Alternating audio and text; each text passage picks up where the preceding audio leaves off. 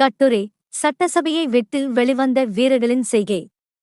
சட்டசபையில் ஒரு பலனும் இல்லை என்றும், சட்டசபையில் இருந்து கொண்டு சர்க்காரை எவ்வளவு கெஞ்சி கூத்தாடியும் சர்க்கார் மனம் கொஞ்சமாவது இளகவில்லை என்றும், ஆதலால் இனி சட்டசபையில் இருப்பது அவமானம் என்றும், இந்த சர்க்காரின் யோக்கியதையை எடுத்து வெளியில் சொல்லப் போகிறோம் என்றும் வீரபிரதாபம் பேசிவிட்டு வெளியில் வந்த வீரர்கள் என்ன செய்கிறார்கள் என்று பார்த்தால், மறுபடியும் சட்டசபைக்கு போக ஓட்டர்களிடம் போய், எங்களை சட்டசபைக்கு அனுப்பினால் நாங்கள் உங்களுக்கு சாதித்து விடுகிறோம் என்று ஓட்டு பிச்சை எடுத்துக் கொண்டு திரிகிறார்கள்.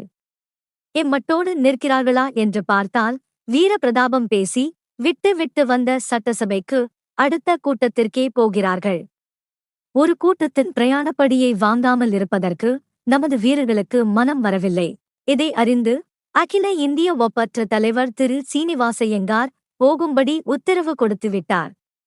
அகில இந்திய காங்கிரஸ் காரியதரிசி திரு ஏ ரெங்கசாமி ஐயங்கார் மேல் ஒப்பம் போட்டுவிட்டார்.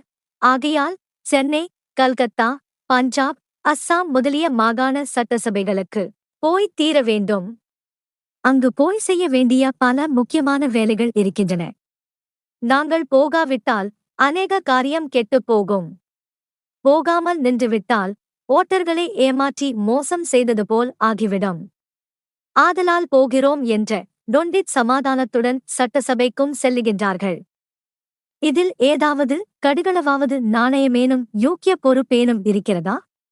சட்டசபையில் இவர்கள் போய் செய்ய வேண்டியவை பல வேலைகள் இருக்குமானால், ஏன் அதில் ஒன்றும் செய்ய முடியாது என்று வெளியில் வர வேண்டும்?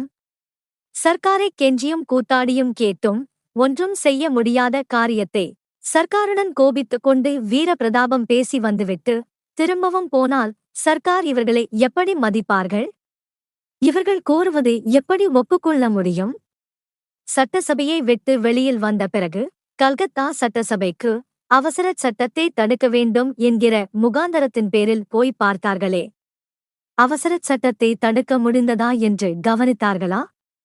கவனித்திருந்தால் மறுபடியும் சட்டசபைகளுக்குள் எந்த காரியம் செய்ய முடியும் என்பதை உணர்வார்கள் அல்லவா? சட்டசபையில் மெஜாரிட்டி பலம் பெற்ற வங்காள மாகாண சட்டசபையிலேயே ஒன்றும் செய்ய முடியவில்லை என்றால், மெஜாரிட்டி இல்லாததும் மதிக்கத்தகுந்த மைனாரிட்டி கூட இல்லாததுமான சென்னை சட்டசபையில் என்ன காரியம் செய்ய முடியும்?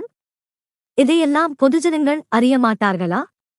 அறிந்தால் தங்களை எப்படி மதிப்பார்கள் என்று கூட நினைக்க முடியாத அவ்வளவு மானங்கெட்ட தன்மையும் முட்டாள்தனமும் உள்ள வீரர்களால் தேசத்திற்கு என்ன நன்மை விளையும்? ஜஸ்டிஸ் கட்சி மெம்பர்களுக்கும் சுயராஜ்ய கட்சி மெம்பர்களுக்கும் ஜஸ்டிஸ் கட்சியை விட்டு புதிதாய் சுயராஜ்ய கட்சியில் ஞான ஸ்நானம் பெற்ற மெம்பர்களுக்கும் என்ன வித்தியாசமென்று பார்ப்போமானால், ஜஸ்டிஸ் கட்சி மெம்பர்களுக்கு சுயமரியாதை இருக்கிறது. அதாவது, இன்றைக்கு ஓட்டர்களை ஏமாற்றுவதற்காக போய் வீரம் பேசி வெளியே போய்விட்டால், நாளைக்கு எந்த முகத்தைக் கொண்டு சட்டசபைக்குள் நுழைந்து அங்குள்ளவர்கள் முகத்தில் எப்படி விழிப்பது என்றும், அங்கு ஒரு காரியமும் செய்ய முடியவில்லை என்று சொல்லிவிட்டு வெளியில் வந்துவிட்ட பிறகு எந்த முகத்தைக் கொண்டு மறுபடியும் ஓட்டர்களிடம் போய் ஓட்டு கேட்கிறது என்றும் நினைத்து தங்கள் சுயமரியாதையை காப்பாற்றிக் கொள்வதற்காக ஆதியில் ஓட்டர்களிடம் என்ன சொல்லி சட்டசபைக்கு போனார்களோ அந்த வார்த்தையிலேயே இன்னும் நிற்கிறார்கள்.